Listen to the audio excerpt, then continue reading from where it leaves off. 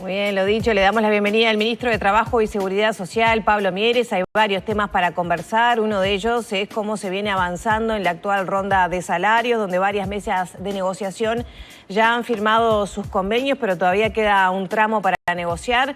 Bienvenido, Mieres, ¿cómo anda? Bien contento por ayer. Después del partido Los dos goles ayer... nos levantaron el ánimo a todos los uruguayos y bueno, está un poquito ronco. Difónico, es de gritar sí. los goles. Sí, por supuesto. Sí. Bueno, Mieres, ¿cómo va avanzando la ronda de consejos de salarios? ¿Cuántos grupos ya lograron sus convenios? Yo diría va en un trámite normal, es decir, estamos alrededor del 40% de mesas ya cerradas y hay un porcentaje importante que viene avanzando bien, de manera tal que seguramente sobre fin de octubre estaremos cerca del 70-75%. Siempre quedan algunas mesas que demoran más. También siempre hay un incentivo de las dos partes a buscar el acuerdo.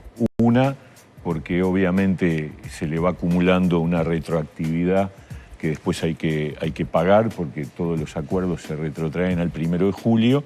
Y la otra, porque está sin poder cobrar todavía los aumentos hasta que se cierre el convenio colectivo. Entonces, las dos partes tienen incentivos para acordar. Yo creo que la pauta del Poder Ejecutivo es una pauta muy sencilla y clara, que incorpora digamos, el mantener en línea los aumentos por inflación con correctivos periódicos y además con un componente de recuperación del poder adquisitivo del salario que garantiza llegar a los niveles prepandemia.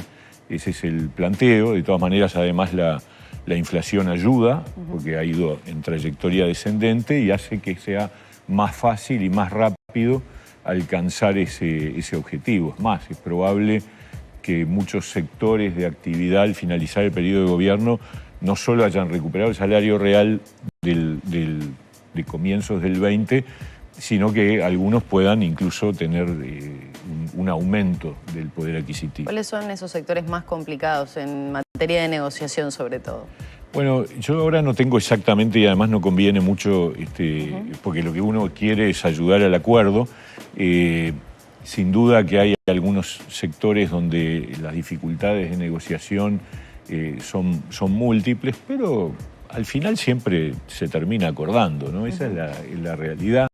Sí, el tema es cómo, ¿no? Y hasta ahora, ¿qué análisis se puede hacer de quiénes vienen respetando las pautas del gobierno? ¿Hay sectores que han cerrado por encima, o sea, mejorando eso, o otros que han cerrado por debajo? En general, la pauta está teniendo buena receptividad. Entonces, lo lógico es que se vayan recostando las dos partes hacia la pauta del Poder Ejecutivo. O sea que es un poco la línea general. Hay sí algunas mesas que han acordado aumentos salariales un poquito por encima, no mucho, muy poco. ¿Qué sectores, por ejemplo? Bueno, yo ahora no tengo el dato exacto de cuáles, pero ha habido algunos que están por encima de la pauta. Es un acuerdo de partes. En definitiva, el Poder Ejecutivo lo que hace es proponer una línea de negociación, que es la pauta que presentamos, pero las partes son las que al final resuelven si se acuerda en torno a ella o se acuerda por encima o por debajo. Esas cosas siempre están arriba de la mesa. También hay algunos casos donde la situación del sector plantea postergar o de alguna manera tratar de acordar por debajo de la pauta, pero no es la mayoría de los casos. Ministro, ¿qué rol está jugando la productividad en medio de todas estas discusiones? Porque pienso, hace un buen tiempo le consultaba por, no sé si lo recuerda, pero por esta posibilidad que estaban aplicando algunas empresas en el primer mundo, una idea que después adopta el PIT-CNT de reducir la jornada laboral a 6 horas, bajarla de 8 a 6.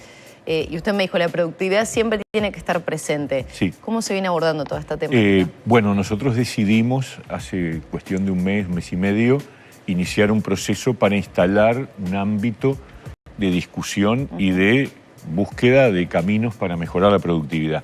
Por varias razones. Yo creo que es un tema central.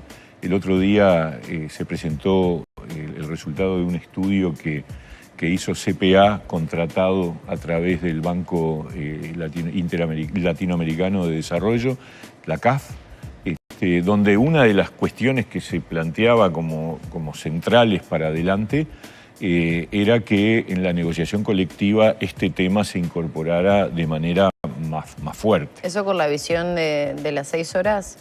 No solo. ¿O únicamente para esta instancia? Yo te diría, por un lado, porque hay un planteo que está vinculado a la reducción de la jornada laboral, pero más allá de la reducción de la jornada laboral, lo que uno mira en perspectiva cuando empieza a analizar el problema de la productividad, y Uruguay viene muy lento, si uno mira en términos comparados, el otro día mirábamos un análisis de la CEPAL y la productividad en América Latina, el aumento de la productividad en América Latina es un problema para toda la región, pero cuando mirás las trayectorias de los países de los últimos 20 años, Uruguay es de los que menos ha mejorado su productividad. Y ahí viene un tema que vale la pena rescatar. Cuando el salario y el empleo van creciendo, como ha ocurrido a la salida de la pandemia, nosotros estamos en este momento en una situación en donde el empleo está en los niveles de 2017 aproximadamente, o sea que ha mejorado, y a su vez el salario también viene recuperándose, como recién señalábamos. El tema es que en algún punto, si no hay un salto de productividad, no es posible seguir creciendo en las dos cosas, en empleo y en salario. Y eso pasó en el Uruguay en el 2015-2016, cuando ambas variables iban en crecimiento y a partir de 2015-2016 el empleo empieza a sufrir una tendencia negativa. Bueno, no digo que estemos ya en esa situación, pero puede ocurrir y la llave para lograr que el círculo virtuoso de crecimiento de salario y empleo se mantenga, las dos en línea ascendente, es que haya un salto de productividad. Y hasta ahora, en los consejos de salarios, ese tema que en algún momento en el gobierno anterior se había puesto arriba de la mesa como pauta, después no fue asumido en la negociación. Claro, ese informe marcaba dificultades para meter estos conceptos quizás son para más estratégicos en el día a día, ¿no? En la emergencia de conflictos puntuales y de negociaciones puntuales. ¿Cuán viable es incorporar esos aspectos que usted decía cuando, por ejemplo, ese informe señala que hay falta de decisiones basadas en evidencia, las empresas no comparten demasiado, ¿no?, sus números, su información, y parece haber como posiciones muy antagónicas entre trabajadores y empresariado? Es tal cual lo que tú decís. El tema de la productividad es un tema estratégico y de decisión que implica un abordaje no de inmediato, sino de corto, mediano plazo, para lograr resultados. Entonces, las negociaciones salariales siempre están sobre la urgencia de acordar lo inmediato. Entonces, el tema de la productividad va quedando de costado. Entonces, es necesario generar otro ámbito que no sea necesariamente en el marco de una ronda salarial, en donde se acuerden criterios que se aterricen, porque además otra cosa de la productividad es que la productividad no es lo mismo en cada sector. ¿Cómo medimos, cómo establecemos indicadores de mejora de productividad? Bueno, depende de cada sector de actividad. Una cosa es en la producción industrial, otra cosa es en el comercio, otra cosa son los servicios, las tecnologías de la información. En cada sector hay reglas de juego distintas. Eso lo hace más complejo, pero también lo hace imprescindible. Porque, y algo que recogía el informe, que está también en línea con lo que tú decís, es que las partes reconocen que hay problemas en la negociación colectiva, pero también se sienten confortables en la regla de juego actual. Entonces hay como una especie de quedarnos en un equilibrio subóptimo, decía el estudio, o sea, por debajo de las posibilidades. Como decir, bueno, nos quedamos acá cómodamente, pero nos perdemos de avanzar en cosas que son fundamentales, y ahí el componente mejora de la productividad es clave. Es clave para mejorar el empleo, es clave para mejorar el salario, es clave para la eventual reducción del tiempo de trabajo.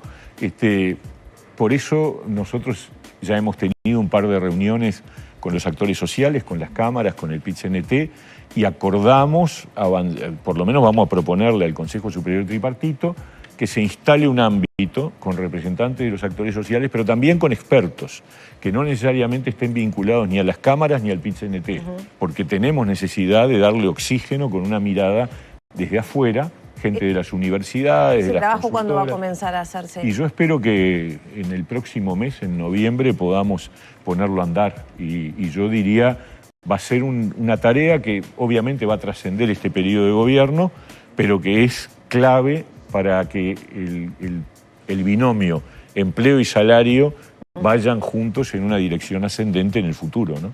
Claro, no, además pensando en esa propuesta, ¿no?, que impulsa el PIT-CNT y que las repercusiones, como decíamos, ¿no?, en otro contexto, con otra situación y otra realidad económica y social de otros países, viene funcionando bien por lo pronto en materia de lo que son certificaciones médicas, niveles de estrés, descanso. Bueno, viene funcionando de muy buena manera, sin pérdidas de la productividad además. Hay un camino que en algún sector ha avanzado. Por ejemplo, es clásico el ejemplo de la bebida, ¿no?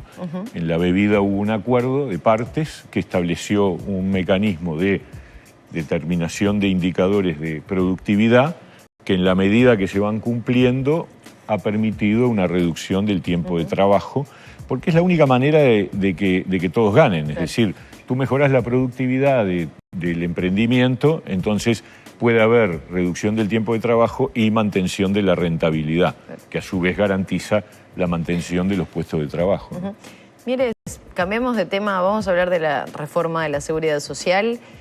¿Cómo se va a defender por parte de su cartera? ¿Qué ventajas también para poner todas las partes, ¿no? Por un lado, el PIT-CNT sostiene y lleva adelante impulsando esta recolección de firmas de cara a un plebiscito que se va a poner a consideración en caso de que se apruebe y se llegue a la cantidad de firmas en las próximas elecciones para reformar algunos aspectos. ¿Qué defensa tiene el Ministerio de Trabajo en ese sentido? A ver, la verdad que yo sigo sorprendido por el planteo del PIT-CNT. La verdad, lo digo con toda franqueza y con todo el respeto, es disparatado.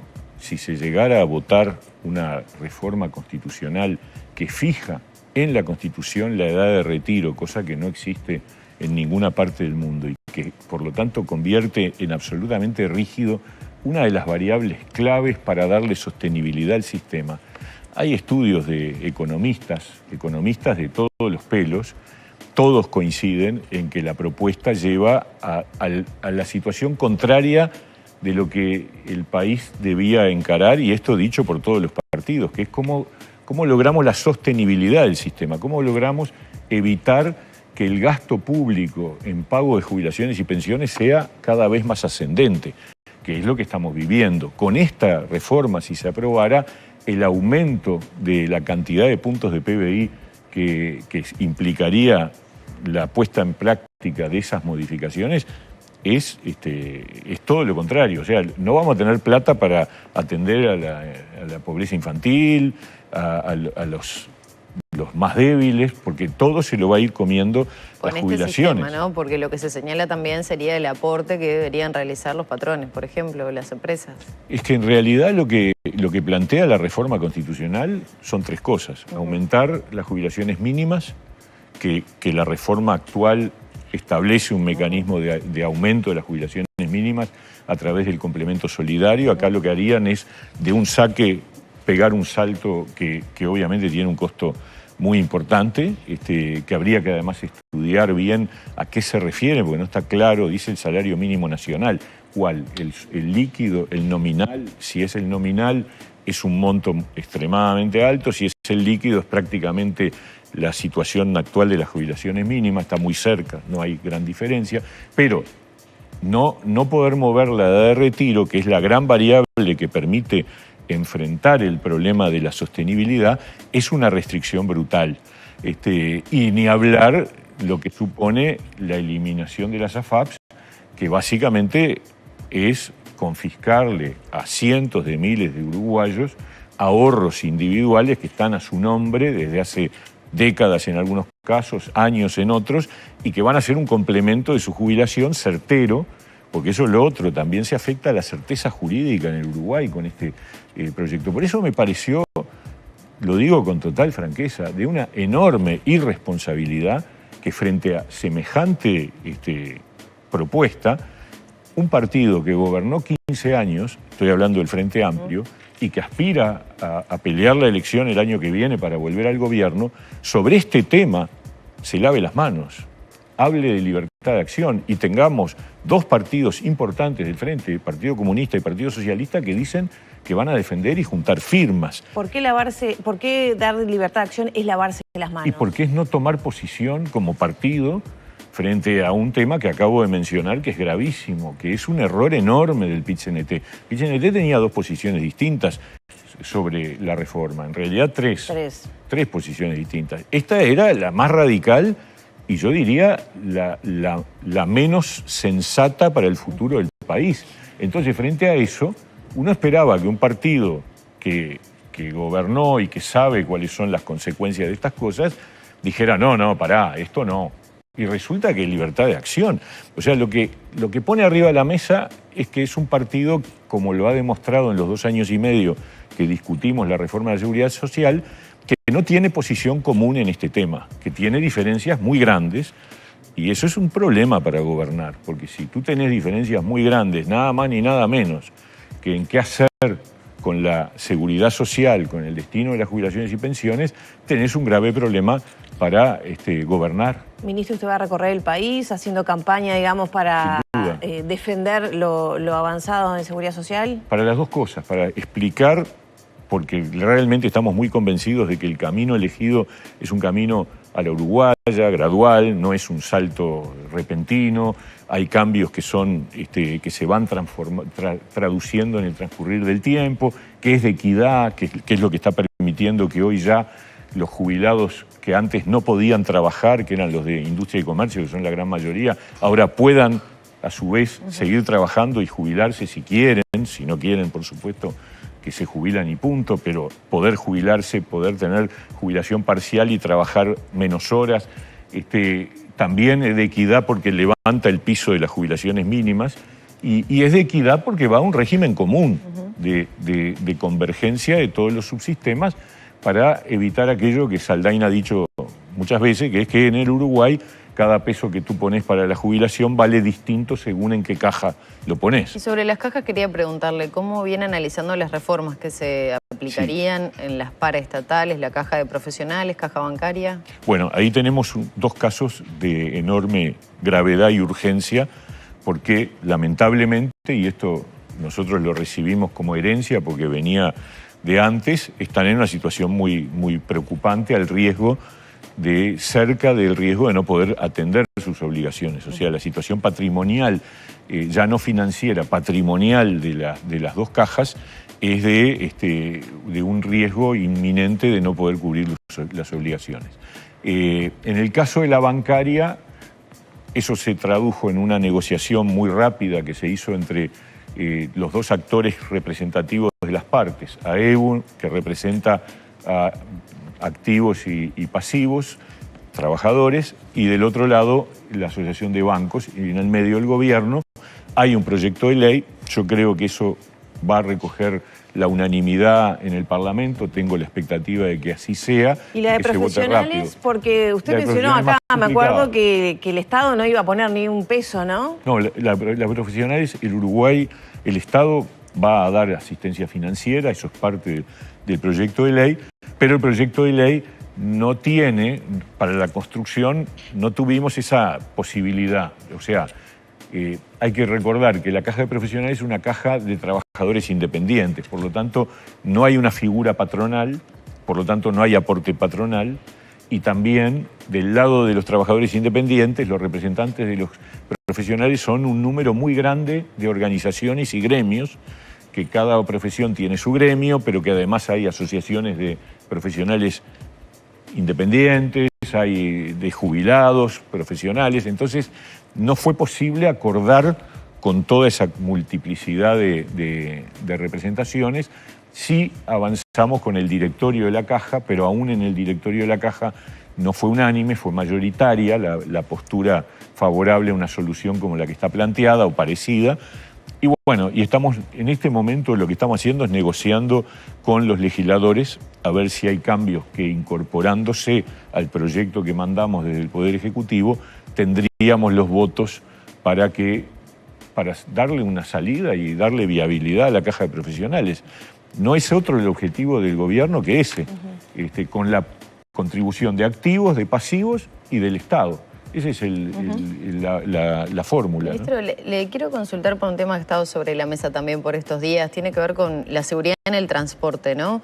Ese pedido que hace la Cámara Uruguaya del Transporte, estuvo su presidente, el presidente de la gremial, la Fundación Gonzalo Rodríguez, proponiendo que sean opcionales las mamparas, teniendo en cuenta, bueno, lo que ha ocurrido en esta oportunidad que trascendió a través de los medios y las redes, el caso de Darone Bühler, que bueno, sufrió un grave accidente. El sindicato sigue manteniendo esa postura que no están dadas las condiciones todavía para retirar las mamparas de los taxímetros de Montevideo. ¿El Ministerio de Trabajo viene abordando esta situación a nivel de comisiones de salud? No por ahora, es un tema que explotó a raíz de un episodio lamentable de un colega de ustedes. Igual las cifras son altísimas, ¿no? Pero claro, eso puso al descubierto que en realidad tenemos un lío, un problema de siniestralidad. Claro, exactamente. Y bueno, y también es cierto que han cambiado las condiciones de seguridad en la medida que el dinero, que era un poco el problema de las rapiñas en los taxis, ya no aparece, pero en una magnitud muy inferior a como era antes cuando se instalaron las mamparas, que hace 30 años más o menos. Más o menos, 96. Por ahora nosotros no hemos sido convocados ni consultados al respecto desde el punto de vista laboral, que es el perfil nuestro, porque el tema de la mampara puede mirarse de distintos modos. El punto es, desde la perspectiva del trabajo, si ese es un instrumento de seguridad en el trabajo, pero a su vez es un instrumento de inseguridad del usuario, aparentemente, por todos los datos que hay. Entonces, no es fácil pronunciarse sobre eso, todavía no nos han planteado nada. ¿Usted tiene alguna postura personal? Yo creo que es un tema que a esta altura tendríamos que analizarlo y revisarlo, porque en el mundo, digamos, el transporte de pasajeros por la modalidad de taxi, no es frecuente que uno encuentre este tipo de solución. En su momento fue importante, pero también tenemos que preocuparnos por la seguridad de los pasajeros y los riesgos que pueden tener, ¿no? Ministro, se llegó a un acuerdo entre ANCAP y FANCAP.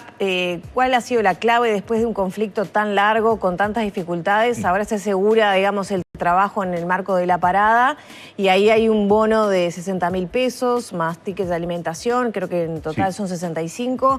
¿Esa fue la clave para llegar a ese acuerdo? No, yo creo que fue una serie de circunstancias.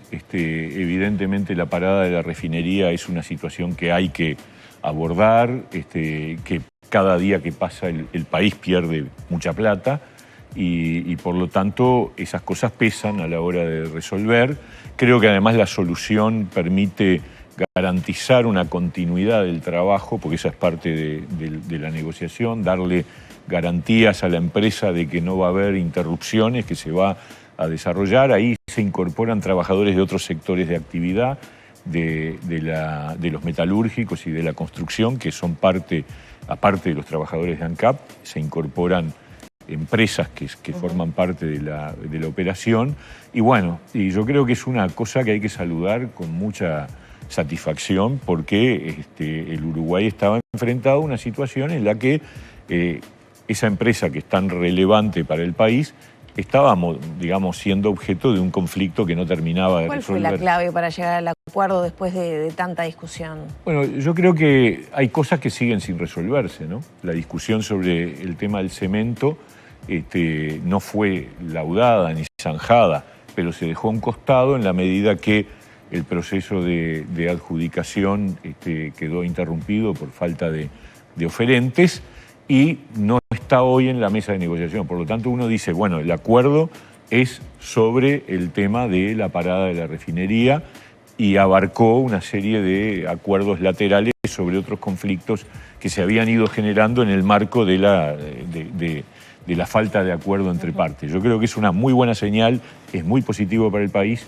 y la verdad que es una satisfacción como Ministerio de Trabajo haber contribuido a buscar ese entendimiento. Ministro, le quiero consultar también por una interna a nivel del gabinete, ¿no?, que está ocurriendo. Este pedido de renuncia que hace la oposición sobre Heber y esta convocatoria que se hace en régimen de comisión general en una primera instancia, que le hace el oficialismo, por unanimidad se apoya esa convocatoria.